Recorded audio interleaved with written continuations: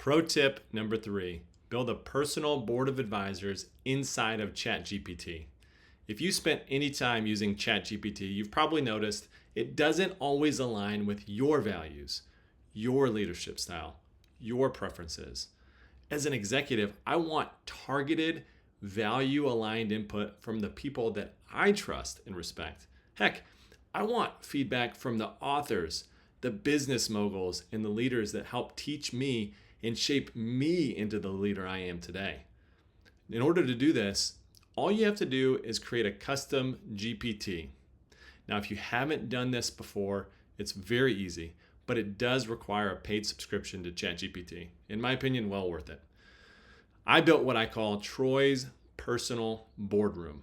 This is a custom GPT trained on the way that I think and the people that I respect think. Here's who's on my board: Jim Collins, Brené Brown, Jeff Bezos, Craig Groeschel, Patrick Lencioni, and myself through documents I've created over the years: frameworks, tools, decks, strategic plans, the things that represent how I think and how I lead. Some of these individuals I admire for their leadership style. Others I respect for their operational frameworks or decision-making under pressure. Together they form a kind of mental cabinet that I can tap into when I'm facing something complex or high stakes. When I need insight, I simply ask this board, what would my board say about this business opportunity? What blind spots might I be missing in this leadership move? What I get isn't just feedback, and it's certainly not generic. It's differentiated input from multiple trusted lenses. If I want a no-fluff opinion that puts the customer first, well, I know Jeff Bezos is going to give it to me straight. If I need to think about emotional impact or how to message a hard truth, Brené Brown shows up with a completely different lens. It's often more challenging and definitely more efficient than anything that I'd get from a single person in my real-world network. Let's see what this looks like in practice.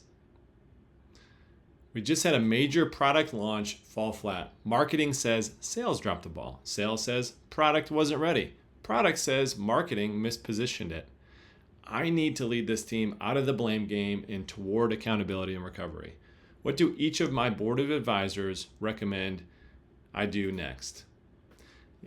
If you are an executive, it's a very common situation where sales and marketing and product aren't on the same page. This probably resonates.